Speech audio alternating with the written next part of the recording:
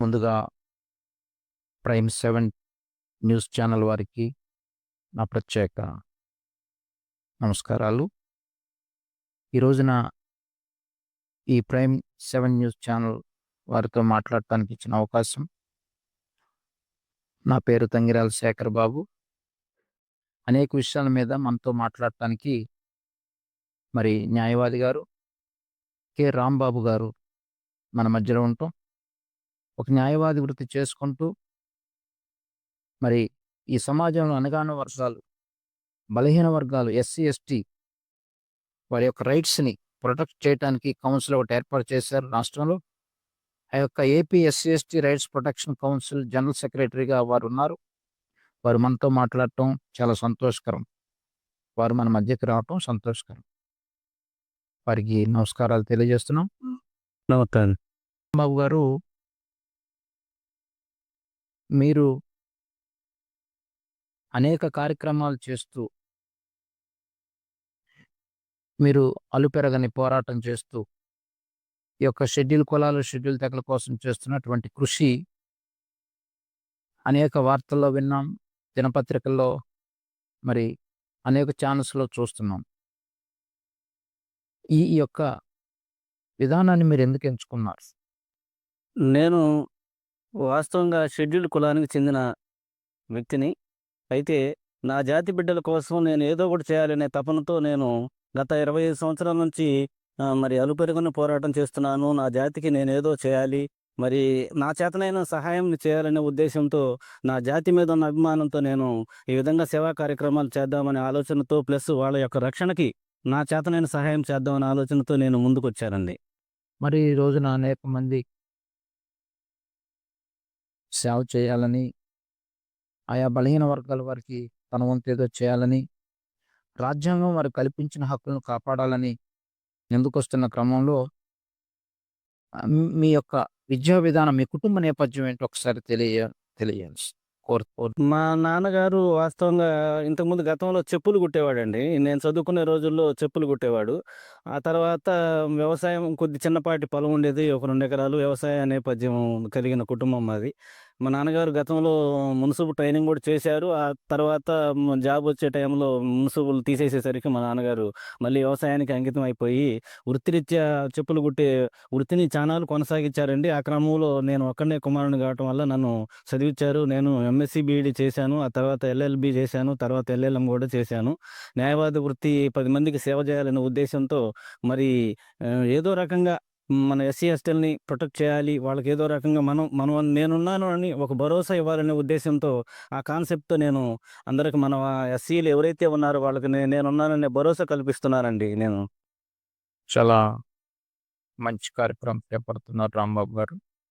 అలానే మరి మీరు బాల్య దశ నుంచి, చదువుకున్న దశ నుంచి వస్తున్నటువంటి విధానంలో మీరెక్కడైనా ఈ అసమానతలకు, అవమానాలకు గురయ్యారా? నేను గురయ్యానండి. గతంలో నేను సిక్స్త్ క్లాసు దగ్గర నుంచి నేను హై స్కూల్‌లో జాయిన్ అయినప్పుడు 85 ఆ టైంలో 1985 ఆ టైంలో జాయిన్ అయినప్పుడు స్కూల్‌లో పిల్లలు వివక్షతగా ఉండేది. అంటే అగ్ర కులానికి చెందినవారు పిల్లలు ఒక రకంగా, మరి దళిత పిల్లలు దళిత వర్గానికి చెందినవారు ఒక రకంగా ఉండేది. వాళ్ళలో మమ్మల్ని చిన్న చూపు చూసేవాళ్ళాళ్ళు. చూస్తుంటే నాకు మనసులో బాధగా యేసేది. మరి అప్పుడప్పుడు ఎన్రోల్ చేసేటప్పుడు కూడా అప్పుడప్పుడు రిజిస్టర్‌లో మన క్లాస్ రూమ్‌లో కూడా మరి మీ కులం ఏంటి అని అడిగినప్పుడు చెప్పుకోవడానికి మేము చాలా భయపడేవాళ్ళం. ఎందుకంటే చెప్తే మేము ఎక్కడ ఎస్సీలం అని చెప్తే మమ్మల్ని ఎక్కడ చిన్న చూపు చూస్తారనే ఉద్దేశంతో మరి మేము చాలా ఫీల్ అయ్యేవాళ్ళం. మరి తెలిసేది కాదు అప్పుడు మాకు. ఎందుకంటే సమాజం కూడా అట్లా ఎలివేసిన పరిస్థితి ఉండేదనమాట. అందుకని ఎస్సీలంటేనే ఒక రకమైన చిన్న చూపు ఉండేది. మరి మేము రైతులు గనక మా ఇంటి దగ్గరలోకొస్తే మేము మంచాల మీద, మా తల్లిదండ్రులు మంచాల మీద నుంచి లేసి నించునేవాళ్ళు. అలా ఎందుకు నించునేవాళ్ళో మాకు అర్థమయ్యేది కాదు. తర్వాత వెళ్ళిన తర్వాత అడిగితే మరి మరి వాళ్ళు రైతులు, అగ్ర కులానికి చెందినవారు. మరి వాళ్ళొచ్చినప్పుడు మనం నిలబడాలి. లేకపోతే మరి మనల్ని ఎక్కడ రేపు పొద్దున పనులకు పోవాలంటే మనల్ని మాట అంటారనే ఉద్దేశంతో అనేసరికి ఆ రోజు నుంచి కసి పెరిగి ఎట్లయినా సరే మనం చదువుకోవాలి. సమాజంలో చదువు మనిషికి మూడో నేత్రం అని చెప్పి మరి చదువుకొని మనం దీన్ని అధిగమించాలి తప్పితే మనం వేరే రకంగా అధిగమించలేం. ఎందుకంటే మనకి ఆస్తిపాస్తులు లేవు. మరి ఎలాంటిది లేదు కాబట్టి, అండదండలు లేవు కాబట్టి, ఆర్థికంగా కూడా బలం లేదు కాబట్టి, మన చదువే మనకు మూడో నేత్రం అని ఆలోచన చేసి, మరి మేమందరం కూడా సమాజాన్ని ఎడ్యుకేట్ చేసుకుంటూ, ఈరోజు మన ఎస్సీ కులానికి చెందిన పిల్లలందరూ కూడా ఎంతోమంది చదువుతున్నారు. మేము కూడా ఆ రకంగా చదివి ఈరోజు న్యాయవాద వృత్తి చేసి నేను దాదాపు రాష్ట్రంలో 13 జిల్లాలు తిరిగానండి. మరి ఎస్సీలు ఎక్కడైతే ఉన్నారో నేనున్నాననే భరోసా కల్పిస్తున్నాను. కాబట్టి రాబోయే రోజుల్లో ఇది మారాలనే ఉద్దేశంతోనే ముందుకెళ్తున్నామండి. రాంబాబు గారు, మీరు చేస్తున్నటువంటి యాజిటేషన్స్, మీకున్నటువంటి ఆశ, గతంలో రాష్ట్ర ప్రభుత్వాలు గానీ, కేంద్ర ప్రభుత్వాలు గానీ, మీరు పనిచేస్తున్న ఎస్సీ, ఎస్టీ ఆ యొక్క గ్రూప్స్ మీద అనేక చోట్ల మరి దాడులు గానివ్వండి, కొన్ని చర్యలు జరిగినాయి. ఆ టైంలో ఆ ప్రభుత్వాలు ఏర్పాటు చేసిన చట్టాల గురించి, దానివల్ల వాళ్ళు పొందుతున్న రక్షణ గురించి ఏమన్నా చెప్పగలరా? ఆ చట్టాల గురించి ఇప్పుడు చెప్తా సార్ మీకు. మేము గతంలో గూడా ఇక్కడ వీర్లపాడు మండలంలో గూడా మేము అలా మరి అవగాహన సదస్సులు పెట్టాం. సీఐడీ వారితో, ఆంధ్రప్రదేశ్ ప్రభుత్వ సీఐడీ వారితో అవగాహన సదస్సు పెట్టాము. ఈ చట్టాలు సహజంగా ఎస్సీ, ఎస్టీకి సంబంధించిన చట్టాలనేది సెక్షన్ 3 అంటే ఏదో కులం పేరుతో దూషిస్తే మరి ఈ సెక్షన్ 3 పెట్టొచ్చనేది చాలామందికి తెలుసు. కానీ ఎస్సీ, ఎస్టీ ప్రొటెక్షన్ దాంట్లో మాత్రం మరి ఈ చాలా రకాలుగా సమస్యలు ఉన్నాయండి. ఎలా అంటే ఇప్పుడు ఉదాహరణకు ఒక ఎస్సీ కులానికి చెందిన వ్యక్తిని మనం గనక బహిరంగ ప్రదేశాల్లో అవమానపరిచినా, లేకపోతే ఎస్సీ కులానికి చెందిన వ్యక్తిని ఒక ఎస్సీ కులానే కాదు ఎస్సీ, ఎస్టీ కులానికి చెందిన వ్యక్తిని ఎవరినైనా సరే బహిరంగ ప్రదేశాల్లో అవమానపరిచినా, లేకపోతే వాళ్ళ యొక్క స్థలాల్ని దౌర్జన్యంగా ఆక్రమించినా, లేకపోతే వారు ఎలక్షన్ టైంలో మరి వేరే వ్యతిరేక ఓటు వేయమని చెప్పి ఫోర్స్ చేసినా, అంటే బలవంతం చేసినా, లేకపోతే వారిని మరి గుండు గీయించి బహిరంగ ప్రదేశాల్లో గుండు గీయించి అక్కడక్కడ మనం చూస్తూ ఉంటాం సందర్భాల్లో. ఆ గుండు గీయించి, లేకపోతే ఇంకేదన్నా ఒత్తిడి చేసి బహిరంగ ప్రదేశాల్లో వాళ్ళని అవమానపరిచినా గూడా మరి ఈ సెక్షన్ అనేది అమలవుతుందండి. ఇదే గాకుండా మరి వారికి ఎలాంటి అవమానకరమైన పరిస్థితులు ఎదురు చేసినా, లేకపోతే తినకూడని ఆహార పదార్థాలని మరి తినాలని చెప్పి ఫోర్స్ చేసినా గూడా మరి ఈ సెక్షన్ అనేది వర్తిస్తుంది. ఇలా చేసిన వారికి కనీసం 5 సంవత్సరాల వరకు జైలు శిక్ష తప్పనిసరిగా విధించబడుతుంది. దానితో పాటు జరిమానా కూడా విధించబడుతుందండి. ఈ సెక్షన్ 3 అంటే చాలామంది ఇదే అనుకుంటారు. కులం పేరుతో దూషిస్తేనే సెక్షన్ 3 అనుకుంటారు గానీ, అది కాదండి. చాలా సెక్షన్స్ ఉన్నాయి. మరి చాలా రకాలైన ఎస్సీ, ఎస్టీలని ఎవరైతే అవమానపరుస్తారో, అంటే శారీరకంగా గానీ, ఆర్థికంగా గానీ, మరి మానసికంగా గూడా అవమానపరిచినా సరే, తప్పనిసరిగా వారికి ఈ సెక్షన్ అనేది వర్తిస్తుంది. కాబట్టి ఎట్టి పరిస్థితుల్లో గూడా భయపడాల్సిన పని లేదు. ఏ అధికారైనా సరే, మరి ఎస్సీ కులానికి చెందిన అధికారి గానీ, ఎస్టీ కులానికి చెందిన అధికారి గానీ, ఎవరైనా సరే, ఏ ఆఫీస్‌కెళ్ళినా సరే వాళ్ళని గౌరవించి చూడాలి తప్పితే, వారిని అవమానపరిచినా, లేదా వారికి సరైన ప్రాతినిధ్యం ఇవ్వకపోయినా సరే, సంబంధిత అధికారిపై తక్షణ చర్యలు తీసుకునే అవకాశం మరి ఈ చట్టంలో ఉందని ఈ సందర్భంగా నేను మీకు తెలియజేస్తున్నానండి. ఇదే కాకుండా మరి ఎవరైతే ఒక ఎస్సీ కులానికి లేదా ఎస్టీ కులానికి చెందిన వ్యక్తి చనిపోవటానికి కారణం గనక అయితే, ఆ చనిపోయినటానికి కారణమైన వ్యక్తికి కనీసం యావజ్జీవ కారాగార శిక్ష కంపల్సరీగా పడుద్దండి. సెక్షన్ అంత బలంగా ఉందన్నమాట. అయితే ఈ సెక్షన్‌కు సంబంధించి ఇంకా అనేక రకాలైన మరి రక్షణ చట్టాలు, ఎస్సీ, ఎస్టీలని రక్షించే అవకాశాలు ఇంకా చాలా ఉన్నాయండి. ప్రతి ఒక్కరు కూడా అర్థం చేసుకోవాలి. మన స్థలాలనే గాదు, పొలాలనే గాదు, లేకపోతే ఆర్థికంగా ఏదన్నా ఇబ్బందులు గురి చేసినా గూడా ఎస్సీ, ఎస్టీ చట్టం అనేది తప్పనిసరిగా వర్తిస్తుంది. వారి మీద సెక్షన్ 3 పెట్టడానికి ఎట్టి పరిస్థితుల్లో సంకోచించాల్సిన అవసరం లేదండి. అలానే ఇప్పటివరకు భారతదేశంలో స్వాతంత్రం వచ్చిన దగ్గర నుండి ఎన్ని చట్టాలు ఈ ఈ యొక్క వర్గాల కోసం గుర్తించడం జరిగింది? ఎస్సీ, ఎస్టీ వారి కోసం ఇప్పటి వరకు ఎన్ని చట్టాలు చేయించడం జరిగింది? అంటే ఎస్సీ, ఎస్టీలకు సంబంధించి ఎన్ని చట్టాలనేవి 1989 ప్రకారంగా షెడ్యూల్ కులాల, షెడ్యూల్డ్ తెగల పరిరక్షణ దానికి సంబంధించిన చట్టం ఒకటి 1989 చట్టం ఉందండి. ఈ చట్టంలో సెక్షన్ 3 అనేది ఉంది. దాంట్లో సబ్ క్లాజులుగా ఇప్పుడు 120, తర్వాత 120A, తర్వాత 375, 376, 506, 509 అలా సెక్షన్స్ వాళ్ళ వాళ్ళ కేసు తీవ్రతను బట్టి అలా బుక్ చేయటం జరుగుతుందండి వాళ్ళ మీద. వాళ్ళు చేసే అకృత్యాలను బట్టి ఆ సెక్షన్స్ వాళ్ళకి వర్తిస్తాయన్నమాట. ఇవి మీరు చెప్పింది కొద్ది చట్టాల గురించే విన్నాం. మరి దగ్గర దగ్గరగా రాజ్యాంగ సవరణలు 70 పైన, 80 పైన సవరణలు జరిగినప్పుడు, మరి ఈ చట్టాల గురించి ఎందుకు సవరణలు చేయలేకపోతున్నారు? ఈ చట్టాలని పరిధి ఎందుకు పెంచలేకపోతున్నారు? పరిధి పెంచవచ్చండి.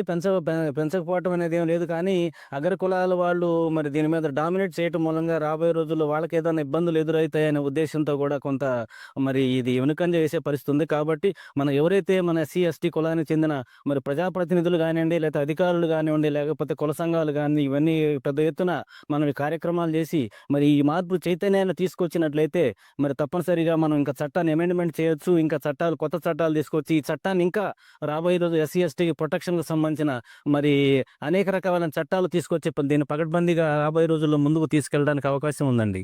మీకు తెలిసినంత వరకు పార్లమెంట్‌లో ఇంతవరకు ఎస్సీ, ఎస్టీ ఎంపీలు ఎంతమంది ఉండొచ్చని మీ అవగాహన? ఎస్సీ, ఎస్టీ ఎంపీలు అంటే జనాభా ప్రాతిపదికన ఉండాలి. కానీ మరి కొన్ని కొన్ని చోట్ల మరి అది అమలు కావట్లేదండి. మరి వాళ్ళ దాన్ని బట్టి మరి ఎస్సీ, ఎస్టీలు ఎవరైతే ఉన్నారో మరి వాళ్ళకి సంబంధించిన కూడా కొన్ని కొన్ని ప్రాంతాల్లో మరి అది అమలు కాకుండా మరి అగ్ర కులానికి సంబంధించిన వారే ఉన్నారనేది మా నోటీస్‌కొచ్చిందండి. అలానే మరి ఇంకా పదునైన చట్టాలు తీసుకొస్తే ఏమన్నా ఉపయోగాలు జరుగుతాయా? ఇంక వీళ్ళు అభివృద్ధి చెందడానికి అవకాశాలున్నాయా? పదునైన చట్టాలు తీసుకొస్తే తప్పనిసరిగా అభివృద్ధి అనేది జరుగుతుంది. రాబోయే రోజుల్లో మనకు రావాల్సిన ఫలాలు డాక్టర్ బిఆర్ అంబేద్కర్ గారి ఆశయాలు ఏదైతే ఉన్నాయో మరి ఆశయాలు సాధించాలంటే తప్పనిసరిగా మరి కొత్త చట్టాలు వచ్చినట్లయితే మరి ఇంకా రాబోయే రోజుల్లో మరి ఎస్సీ, ఎస్టీ కులానికి చెందిన మరి యువత అయితేనేమి, మరి వయోజనులు అయితేనేమి, ఎవరైతేనేమి వైద్యం మరి అనేక రంగాల్లో సాంఘిక సంక్షేమ రంగాల్లో కూడా ముందుకెళ్ళటానికి తప్పనిసరిగా అవకాశం ఉంటదండి. కేసులు నమోదవ్వటం వేగవంతంగా జరుగుతున్నాయి. వాటి కోర్టుల్లో గాని, ఆయా స్థలాల్లో పరిశీలన స్లో అవుతుంది. శిక్షల దగ్గరకొచ్చేసరికి చాలా తక్కువ పర్సెంట్ నమోదవుతున్నట్టుగా ఒక వార్తలొస్తున్నాయి. దాని మీద మీ అభిప్రాయం? ఇది 100% నిజమండి. ఎందుకంటున్నానంటే, మనం సహజంగా చూస్తున్నట్టయితే ఎక్కడో ఒక సంఘటన జరుగుతుంది. ఈ సంఘటన మన ఎస్సీ, ఎస్టీ కులానికి చెందిన వారికి సంఘటన జరుగుతుంది. వాస్తవంగా జరుగుతున్నా గూడా ఈ అగ్ర కులాలకు సంబంధించిన ఎవరైతే ఉన్నారో వాళ్ళేం జేస్తున్నారు, ఎస్సీ, ఎస్టీలను బెదిరించడం అనే గాని, లేకపోతే ప్రలోభాలకు గురిచేసి, మరి ఈ రకరకాలైన రాజకీయాల ఒత్తిళ్ళకి తలొంచి, మరి ఇలాంటి ఒత్తిళ్ళు మూలంగా మరి ఈ సెక్షన్ అనేది నీరు గారిపోతుంది. కొంతమందికి దీనిలో ఉన్న మరి ఎక్కడైతే మరి ఈ లోపాలు ఉన్నాయో, ఆ లోపాలని వాళ్ళు దాన్ని క్యాష్ చేసుకొని మరి ఎస్సీ, ఎస్టీలు బలహీన వర్గాలు అనే పేరుంది గాబట్టి, ఈ బలహీన వర్గాలను ఇంకా బలహీనంగా చేసి, మరి సెక్షన్ అమలు గాకుండా నీరు గారుస్తున్నారండి. దీనిపైన గూడా మనం రాబోయే రోజుల్లో ప్రజాప్రతినిధులు గాని, చట్టాలు గాని గూడా చాలా పర్ఫెక్ట్‌గా పకడ్బందీగా చేస్తే తప్ప దీన్ని అధిగమించడం సాధ్యపడదండి. పార్లమెంటరీ వ్యవస్థలో ఉన్న అందరు సభ్యులు, పార్లమెంట్ సభ్యులు 540 పైచిలుకు ఉన్నట్టుగా మనం చూస్తున్నాం. అందులో 180 పైచిలుకు ఆయా వర్గాల ఎస్సీ, ఎస్టీ వర్గాల ఎంపీలున్నారని మనకు తాజా లెక్కల్లో తెలుస్తుంది. ఈ 180 మంది సభ్యులు మరి అనేక నిర్ణయాలు తీసుకొని ప్రభుత్వం వారితో మాట్లాడి ఇంకా చక్కని చట్టాలు తీసుకొస్తే ఈ యొక్క సమానత్వం ఏమన్నా రావటానికి అవకాశాలున్నాయా? తప్పకుండా ఉన్నాయండి. అందుకనే మనం కుల సంఘాలని గూడా మనం యాక్టివేట్ అందరిని గూడా మనం ఎడ్యుకేట్ చేసి, మరి వాళ్ళ ద్వారా మనం అందరం గూడా ప్రజాప్రతినిధుల దగ్గరికి వెళ్ళి, మరి వాళ్ళకి గూడా మన విషయాలను తెలియపరిచిన మీరేదైతే అడిగారో ఆ విషయాలన్నీ గూడా తెలియపరుస్తున్నాము. ఇంకా కొంతమంది అందరూ గూడా ఏకమైపోయి మరి వీళ్ళిలా తెలియపరిచినట్టయితే మరి రాబోయే రోజుల్లో కొత్త చట్టాలు తీసుకొచ్చి అందరికి గూడా పార్లమెంట్‌లో గాని, చట్టసభల్లో సమానమైన ప్రాతినిధ్యం వహించటానికి అవకాశాలు తప్పనిసరిగా ఉంటాయండి. 100% ఉంటాయి. అలానే మరి ఒక్కొక్క రాష్ట్రంలో ఒక్కొక్క సమస్య, ఒక్కొక్క రాష్ట్రంలో ఒక్కొక్క సమస్యలతో ఈ ఎస్సీ, ఎస్టీ వర్గాలు ఆహ్, వేదనలకు, బాధలకు గురవుతున్నాయి. మరి వీరందరిని ఒక తాటి మీదకు తీసుకొచ్చి, ఒక ఉమ్మడి ఎజెండాతో ముందుకు వెళ్ళినట్లయితే, ఈ ప్రభుత్వాలు ఏదైనా వారి మీద దృష్టి పెట్టడానికి అవకాశం ఉందా? తప్పనిసరిగా ఉన్నాయండి. ఇయన్నీ ఏదైతే కుల సంఘాలు ఏదైతే ఉన్నాయో, ఎస్సీ, ఎస్టీకి సంబంధించిన కుల సంఘాలు ఏదైతే ఉన్నాయో, వారందరూ గూడా ఏకతాటి మీదొచ్చి, ఒకే వేదిక మీదకొచ్చి, రాబోయే రోజుల్లో ఒకే వేదిక మీదకి రావాలని మేము గూడా కోరుకుంటున్నాం. దానిలో భాగంగానే మేము ఈ ఎన్టీఆర్ జిల్లా నందిగామ నియోజకవర్గంలో ఒక ఆఫీస్ గూడా త్వరలో ఓపెన్ చేయబోతున్నాం. ఈ ఒకే వేదిక తీసుకురావాలనే ఉద్దేశంతో ఒక స్టేట్ కార్యాలయాన్ని ఏర్పాటు చేద్దామనే ఆలోచనతోనే ఉన్నాము. తప్పనిసరిగా కుల సంఘాలన్నీ వచ్చి ఒకే వేదికపై వచ్చి చర్చించుకున్నట్లయితే తప్పనిసరిగా ఇది ఎస్సీ, ఎస్టీలకి అందరికీ కూడా న్యాయం జరుగుద్దనేది మా భావనండి. గత ప్రభుత్వం వారు అక్కడ ఉన్నటువంటి కొన్ని ఒడిదుడు కార్యక్రమాల వలన అప్పట్లో జస్టిస్ పున్నయ్య కమిషన్ అని ఒకటేశారండి. ఆ పున్నయ్య కమిషన్ గారు దానివల్ల ఏదన్నా ప్రజలకు ఉపయోగం కలిగిందా? ఆయా వర్గ ప్రజలేమన్నా మేలు పొందుతున్నారా? తప్పకుండా మేలు పొందుతున్నారంటే జస్టిస్ పున్నయ్య కొత్తపల్లి పున్నయ్య గారనే ఆయన హైకోర్టు న్యాయమూర్తిగా చేశారు. తర్వాత ప్రధాన న్యాయమూర్తిగా చేశారు. తర్వాత ఆయన ద్వారా ఏకసభ్య కమిషన్ ఏయటం జరిగింది. ఆ ఏకసభ్య కమిషన్‌లో ఏం చెప్పారంటే ఎవరైతే ఎస్సీ, ఎస్టీలు ఉన్నారో మరి ఎస్సీ, ఎస్టీలు తక్షణమే న్యాయం జరగాలి. మరి ఛార్జ్ షీట్ చేసిన మరి 24 గంటల్లోనే కోర్టుకు సబ్మిట్ చేయాలని మరి చట్టంలో మరి చాలా సీరియస్‌గా చెప్పారండి. ఎస్సీ, ఎస్టీలకి అనుకూలంగా చెప్పారు. మరి ఎస్సీ, ఎస్టీలు ఎవరైతే ఉన్నారో వాళ్ళని ఎట్టి పరిస్థితుల్లో దూషించటానికి గాని, చిన్న చూపు చూడటానికి గాని లేదని చెప్పి జస్టిస్ పున్నయ్య కమిషన్ స్పష్టంగా చెప్పిందండి. అలానే ఆయా వర్గ ప్రజల మీద దాడులు, హింసలు జరిగినప్పుడు వాటి కోసం ప్రత్యేకంగా ఫాస్ట్ ట్రాక్ కోర్ట్స్ అని ఏర్పాటు చేయడం జరిగింది గత ప్రభుత్వం వారు. అవి ఇప్పుడు పని విధానాలు ఉన్నాయంటారా? ఫాస్ట్ ట్రాక్ కోర్టులు గత ప్రభుత్వంలో ఉన్నాయి గానీ, ఇప్పుడు కొంత దాని మీద చర్యలు తీసుకోవట్లేదండి. ఏదేమైనా సరే ఇప్పుడున్న నారా చంద్రబాబు నాయుడు గారు దీని మీద చర్యలు తీసుకొని మరి ముందుకు వెళ్ళాలనే ఉద్దేశం మేమందరం గూడా ఆశాభావాన్ని వ్యక్తం చేస్తున్నామండి. తప్పనిసరిగా చంద్రబాబు నాయుడు గారు మనకు అనుకూలంగా ఉన్నారనేది నా భావనండి. నేను చదువుకునే రోజుల్లో కారంచేడు ఇష్యూ జరిగింది. అప్పుడు మాకందరికి ఇదొక పెద్ద ఉద్యమంలాగా అనిపించింది. చాలా ఆశ్చర్యపోయి చూసాం. ఆ కేసుని కోర్టులో వేసిన తర్వాత దగ్గర దగ్గరగా 20 సంవత్సరాల వరకు వాటిని పరిశీలన చేయటం జరిగింది కోర్టు వారు. ఈ జాప్యంలో నిందితులు అనేక మంది మరణించారు. సాక్షులు అనేక మంది మరణించారు. గాయపడ్డ వాళ్ళు అనేక మంది మరణించారు. ఈ ఆలస్యం ఎక్కడ జరుగుతుందని మీ అభిప్రాయం? ఈ ఆలస్యం అనేది ఎక్కడ జరుగుతుందంటే ఈ చట్టసభల్లో ఉన్న ప్రజాప్రతినిధులు అగ్రవర్ణానికి చెందిన ప్రజాప్రతినిధుల ఒత్తిడి మేరకనే ఆలస్యం జరుగుతుందండి. ఈళ్ళు ఒత్తిడి చేసి ఈ చట్టాన్ని ముందుకు తీసుకెళ్ళే కోర్టు ప్రొసీడింగ్స్‌ని ముందుకు తీసుకెళ్లకుండా తొక్కిపట్టడం మూలంగా ఇది జాప్యం జరుగుతుందనేది మా అభిప్రాయం అండి. అలానే మరి ఆ న్యాయ వ్యవస్థలో ఎస్సీ, ఎస్టీలకు సరైన ప్రాధాన్యత లేదు. జడ్జి పోస్టర్స్‌లో గాని అలాంటి ఆటిలో లేదనేది ఎంతవరకు సమంజసం? న్యాయ వ్యవస్థలో అలాంటి ప్రాధాన్యత లేకపోవటం అనేది ఏం లేదు కానీ, అలా తప్పనిసరిగా ఉందండి న్యాయ వ్యవస్థలో. జడ్జి పోస్టు అనేది ఏం లేదు. తమాషా ప్రకారంగానే జనాభా రేషియో ప్రకారంగానే జరుగుతుంటది. కాకపోతే మన వాళ్ళని ఎడ్యుకేట్ చేసి మనం అలా ఆ స్థాయికి తీసుకెళ్ళాలనే ఉద్దేశం చాలామంది మన ఎస్సీ, ఎస్టీ కులానికి చెందిన న్యాయవాదులందరూ కూడా న్యాయవాది వృత్తికే పరిమితం అవుతున్నారు కానీ, మరి ఇలా జడ్జి పోస్ట్‌లోనే దాన్ని ఇంకా ప్రమోట్ కావాలి. మనం ఇంకా రాబోయే రోజుల్లో మనం ఇంకా పై స్థాయికి వెళ్ళాలనే ఆలోచనతో కసి పట్టుదలతో ముందుకెళ్ళినట్టే తప్పనిసరిగా మన పోస్టులు ఎక్కడికెళ్ళవు. తప్పనిసరిగా మనకి న్యాయం జరుగుతుంది. మనం గూడా మరి ఉన్నతమైన స్థానంలో మరి న్యాయస్థానాల్లో ఉన్నతమైన స్థానాల్లో కూర్చోవటానికి అవకాశాలుంటాయండి. అన్ని రంగాల్లో రిజర్వేషన్ పెట్టారు కదా! న్యాయ వ్యవస్థలో రిజర్వేషన్ ఉందంటారా మీరు? తప్పకుండా ఉందండి. న్యాయ వ్యవస్థలో గూడా రిజర్వేషన్ ఉంటది. కాబట్టి దాన్ని మనం సద్వినియోగం చేసుకోవటంలోనే మనం తెలుసుకోవాలి. నాకు తెలిసి ఓపెన్ ఓపెన్ కేటగిరీలోనే పొందుతున్నారు తప్ప, వారికి కేటాయించిన రిజర్వేషన్‌లో న్యాయవాది వృత్తి న్యాయస్థానాల్లో న్యాయవాదులుగా, న్యాయాధిపతులుగా రావట్లేదనేది ఒక వినికిడి.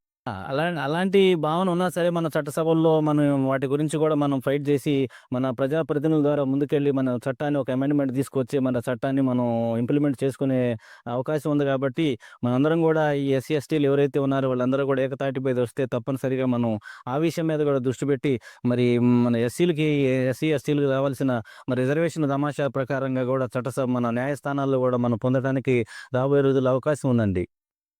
ఈ యొక్క అసమానతలని మరి ఎదుర్కొని, అసమానతలను సమానతలు చేసే దిశగా మీరిప్పుడు ఆంధ్రప్రదేశ్ స్టేట్ జనరల్ సెక్రటరీగా చేస్తున్నారు. మీరున్న ఎస్సీ, ఎస్టీ ప్రొటెక్షన్ రైట్స్‌కి కౌన్సిల్‌లో.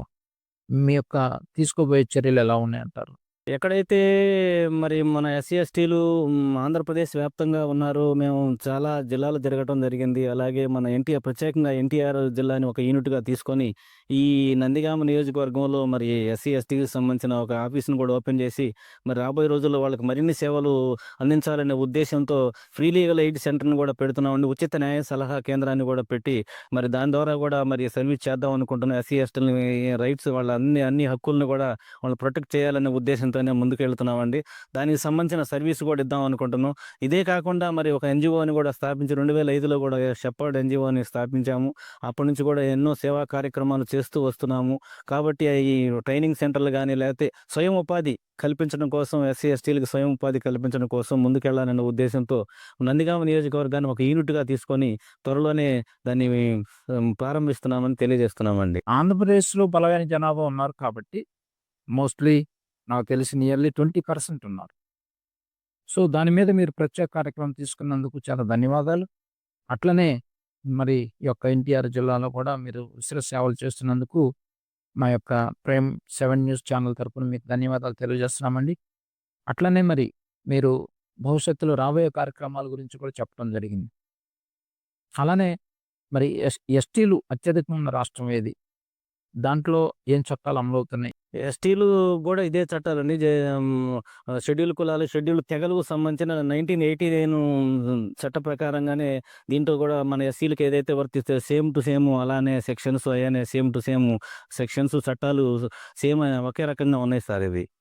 ప్రభుత్వాలు వారికి పరిపాలనా సౌలభ్యం కోసం జాతీయ షెడ్యూల్ కులాల సంస్థని, జాతీయ షెడ్యూల్ తెగలని చెప్పి 2గా ఏర్పాటు చేసి వారి చైర్మన్‌లను వాళ్ళకి అప్పగించడం జరిగింది. ఇదొక పెద్ద శుభ పరిణామం.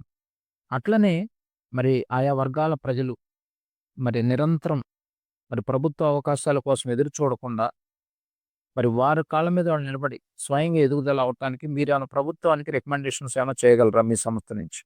తప్పకుండా అండి. మాలాంటి స్వచ్ఛంద సంస్థలని కొంచెం మాకు ప్రోత్సాహాన్నిస్తే స్కిల్ డెవలప్‌మెంట్ ద్వారా మేము అనేకమైన ఇంతకుముందు గతంలో మేము సేవా కార్యక్రమాలు చేశాము.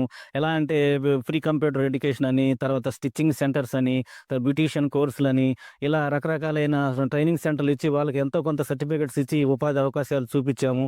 మరి మాకు ప్రభుత్వాలు గనక సహకారం మా ఎన్‌జీఓస్‌కి సహకరిస్తే మరి మాకు సపోర్ట్ చేస్తే తప్పనిసరిగా మేము ఇంకా మరి ఎవరైతే వెనుకబడిన వర్గాలకు చెందిన వారు ఉన్నారో వారందరికీ కూడా మేము రాబోయే రోజుల్లో వాళ్ళకి ట్రైనప్ చేసి మరి వాళ్ళకి ఉపాధి అవకాశాలు వాళ్ళ కాళ్ళ మీద వాళ్ళు నిలబడే విధంగా మరి ఆర్థికంగా ఇబ్బందులు పడకుండా మరి స్వయం ఉపాధి కల్పించే దిశగా ముందడుగు వేస్తామని ఈ సందర్భంగా నేను మీకు తెలియజేస్తున్నాను. రాంబాబు గారు అనేక విషయాల మీద మీరు మంచి వివరణ ఇవ్వటం జరిగింది. అలానే ఇంకా మాకు కొన్ని సందేహాలున్నాయి.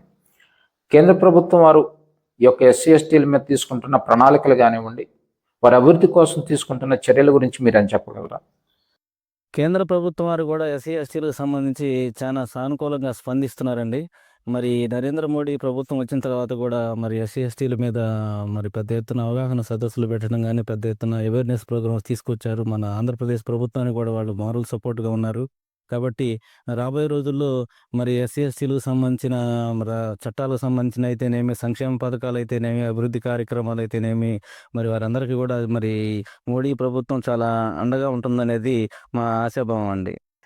అలానే ఎప్పుడో స్వాతంత్రం వచ్చినప్పటి నుంచి ఇచ్చినటువంటి ఎస్సీలకు 15%, ఎస్టీలకు 7% అని అన్నారు కదా!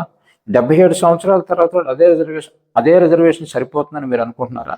అసలు రిజర్వేషన్‌లు పెంచాల్సిన అవసరం చాలా ఉందండి. కాకపోతే దాన్నే మనం ఇప్పటిదాకా మనం చెప్పుకున్నదే అవేర్‌నెస్ ప్రోగ్రామ్స్ తీసుకొచ్చి మరి మన ప్రజాప్రతినిధుల ద్వారా చట్టసభల్లో మరి సమూలమైన మార్పులు తీసుకొచ్చి మరి రిజర్వేషన్ శాతాన్ని ఇంతకుముందు గతంలో ఏదైతే ఉందో అంబేద్కర్ మనకు ప్రసాదించిన 15% రిజర్వేషన్ ఏదైతే ఉందో దాన్ని ఇంకా 30%కి మనం పెంచాలి. ఎందుకంటే రాబోయే రోజుల్లో జనాభా పెరుగుతూ ఉంది. ఎస్సీ, ఎస్టీ జనాభా అనేది మరి క్రమేణా జనాభా పెరుగుతుంది కాబట్టి జనాభా పెరిగినా కూడా గతంలో ఎప్పుడూ ఉన్న రిజర్వేషన్ ఆ 15% రిజర్వేషన్ ఉంటే మరి ఈ దళితులు ఎప్పుడు ముందుకెళ్తారు? వీళ్ళందరూ ఇంక రాబోయే రోజుల్లో మరి ఒక స్థాయికి వెళ్ళాలంటే తప్పనిసరిగా రిజర్వేషన్ శాతాన్ని పెంచాలనేది మా ఉద్దేశ్యం, మా అభిప్రాయం కూడా అదేనండి. మంచిది.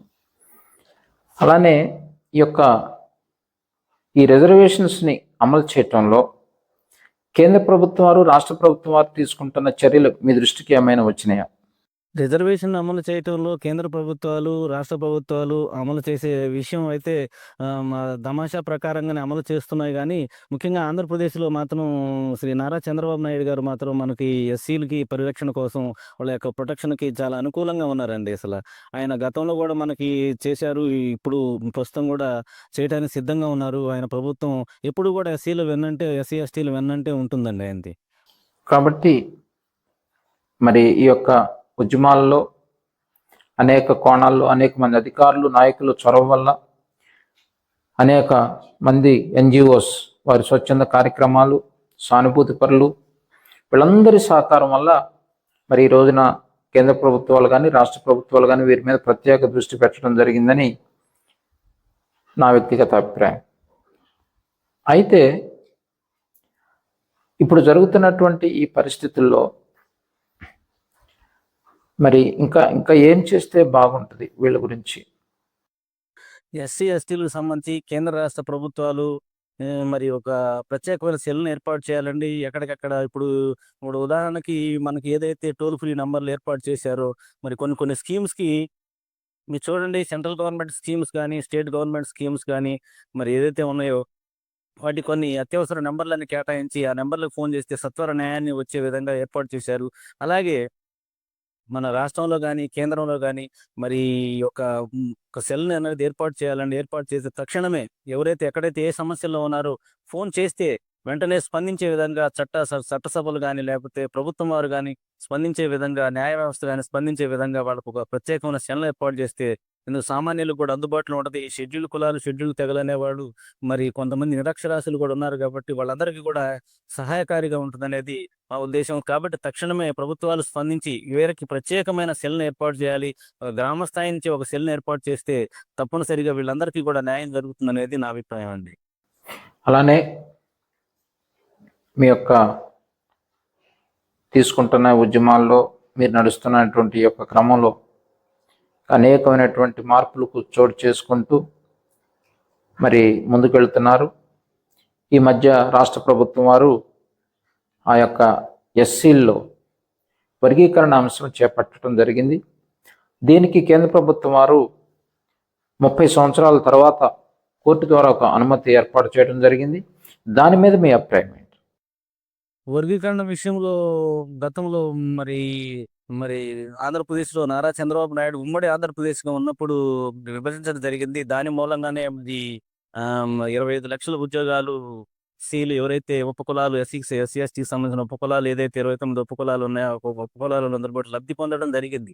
అయితే దానికి కొన్ని సాంకేతిక కారణాల మూలంగా వాళ్ళు మళ్ళీ కోర్టుకెళ్ళి దాన్ని రద్దు చేపియడం జరిగింది. తర్వాత మళ్ళీ నరేంద్ర మోడీ ప్రభుత్వం వచ్చిన తర్వాత సానుకూలంగా స్పందించి మరి వర్గీకరణకు సంబంధించి స్పందించి మరి కోర్టులో గూడా మరి తక్షణమే కోర్టు వారు గూడా భారతదేశ అత్యున్నత న్యాయస్థానం గూడా తీర్పు చెప్పడం జరిగింది. ఆయా రాష్ట్రాల పరిధిలో మరి ఎవరికైతే ఈ వర్గీకరణ అనేది అవసరం ఉందో మరి వారు జనాభా ప్రాతిపదికన మరి ఒకసారి కులగణన చేసి మరి దాని ప్రకారంగా మరి వర్గీకరణ చేసుకోవాలని చెప్పి ఆ రాష్ట్రాలకే మరి అధికారాన్ని ఇవ్వడం జరిగింది. చాలా శుభపరిణామం అండి ఇది. కాబట్టి ఎందుకంటే అందరూ ఎస్సీ, ఎస్టీలు ఎవరైతే ఉన్నారో సమన్యాయం అనేది జరుగుతుంది.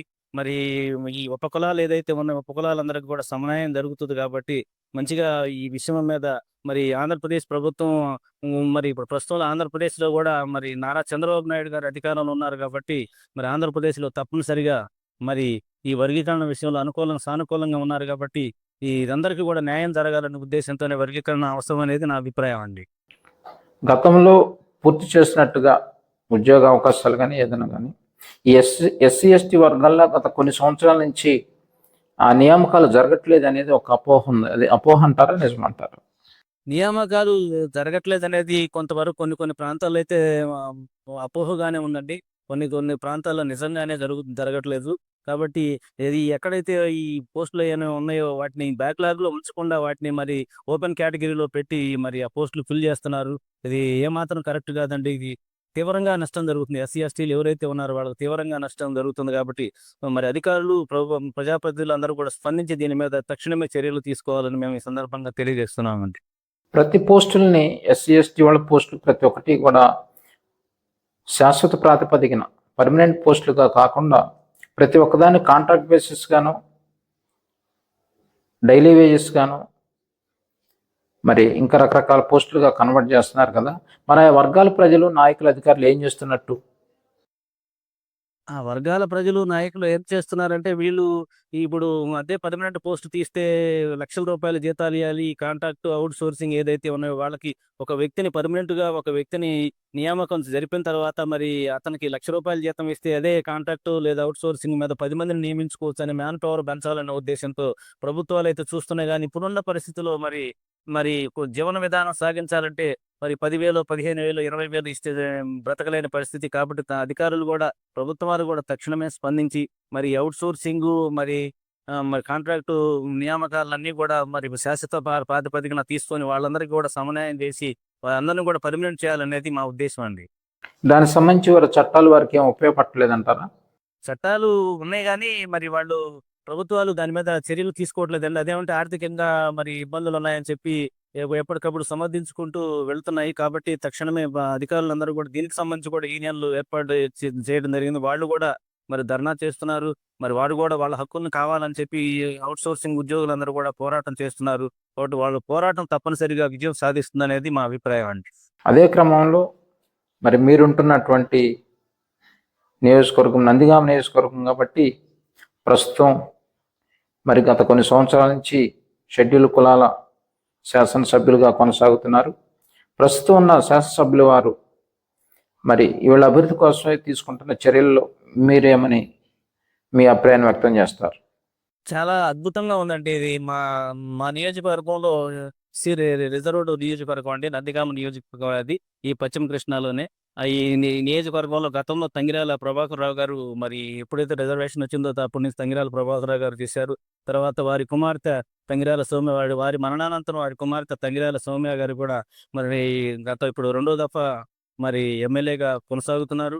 ఆమె చాలా అద్భుతంగా పనిచేస్తున్నారండి. ఒక మహిళ అయినా కూడా చాలా ఒక డైనమిక్ లీడర్ అండి. అసలు నిజం చెప్పాలంటే నందిగామలోనే ఆమె ఒక డైనమిక్ లీడరు. మరి చాలా అద్భుతంగా ఇప్పుడు రోడ్లు కూడా చూడండి. గతంలో వైసీపీ పరిపాలన ఉన్నప్పుడు మరి గుంతలమయంగా ఉండేదండి. రోడ్లనే కాదు ఏది కూడా అభివృద్ధి అనేది జరగలేదు. కానీ అసలు ఇప్పుడు మీరు చూడండి మరి నే నే నూనె పోస్తే కింద పోస్తే అద్దుకునేటట్టు ఉన్నాయండి. చాలా అద్భుతంగా ఉన్నాయండి. అదేనే కాదు మరి అనేకమైన అభివృద్ధి కార్యక్రమాలు చేస్తున్నారు. రాబోయే రోజుల్లో కూడా మరి సౌమ్య గారు మరి ఎస్సీ, ఎస్టీల గురించి మరి మా అందరికీ అండగా ఉంటారని, గతంలో కూడా ఎక్కడైతే మరి ఏదైనా సమస్యొస్తే నేనున్నానని చెప్పి అర్ధరాత్రి అయినా, అపరాత్రి అయినా తక్షణమే అక్కడ మ మ మరి వేగంగా వాలిపోయే పరిస్థితి ఉందండి. మ సౌమ్య గారు చాలా అద్భుతంగా చేస్తున్నారు. మరి ఆమె విధానాలు కూడా బాగా ఉన్నాయి. మరి ఒక డైనమిక్ లీడరు చాలా మరి మంచిగా చేస్తున్నారు. కాబట్టే ప్రభుత్వం వారు కూడా గుర్తించి నారా చంద్రబాబు నాయుడు గారు కూడా ఆమె యొక్క సేవలను గుర్తించి మరి ఆంధ్రప్రదేశ్ ప్రభుత్వం ఎక్కువగా ఇవ్వడం జరిగిందంటే మరి ఒక దళిత మహిళకి అలా ఇవ్వడం జరిగిందంటే మరి ఆమె యొక్క పనితీరును బట్టే మనం నిదర్శనంగా మనం చెప్పుకోవచ్చండి. ఎన్నికల సమయంలో వారికి మంత్రి పదవి ఇస్తానని మరి ఇప్పుడు వారికి ప్రభుత్వ విప్పుగా ఇచ్చారు. దాని మీద మీ అభిప్రాయం?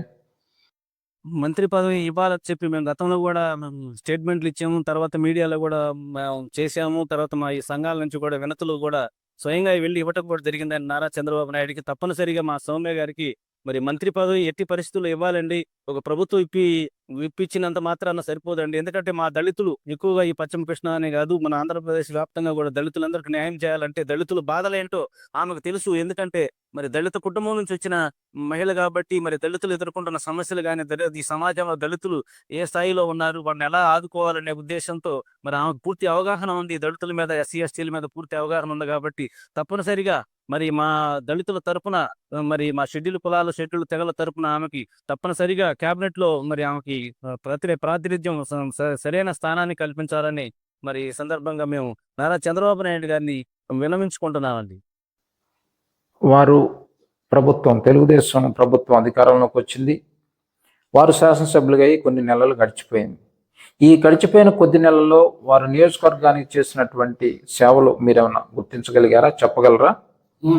తప్పకుండా అండి. నియోజకవర్గంలో మరి తంగిరాల సౌమ్య గారు మరి సీసీ రోడ్లు వేశారు. తర్వాత ఎక్కడైతే డ్రైనేజీలన్నీ మరి అన్నీ గూడా చాలా చేస్తూ ఉన్నారు. తర్వాత మరి మొన్న ఈ మధ్య వరదొచ్చినప్పుడు గూడా మరి గత 2 నెలల క్రితం వరదొచ్చినప్పుడు గూడా మరి ఎక్కడ పడితే అక్కడ పంట పొలాలన్నీ గూడా దెబ్బతిరిపోయినియి. మరి స్కీములన్నీ గూడా పాడైపోయినియి. వాటిని మళ్ళీ పునరుద్ధరించారు. అలాగే మరి సీసీ రోడ్లు మొత్తం గూడా మరి ఎక్కడైతే సీసీ రోడ్లు ఉన్నాయో సీసీ రోడ్లు గూడా మరి ఇప్పుడు పూర్తి స్థాయిలో ఏయటం జరిగింది. అలాగే ఆర్‌ఎండ్‌బీ రోడ్లయితే పూర్తిగా దెబ్బతిన్నాయండి. గ్రామాలకు వెళ్ళే పరిస్థితి లేదండి. అసలు ఆర్‌ఎండ్‌బీ రోడ్లంటే గత ప్రభుత్వంలో ఏరిపోయినాయి. తర్వాత ఇప్పుడు మన వరదలొచ్చినప్పుడు గూడా మరి ఆర్‌ఎండ్‌బీ రోడ్లు ఏ గ్రామానికి వెళ్ళినా గూడా ఎళ్ళే పరిస్థితి లేదండి. అసలు చుట్టాలు గూడా వచ్చే పరిస్థితి లేదు గ్రామీణ ప్రాంతాలకి.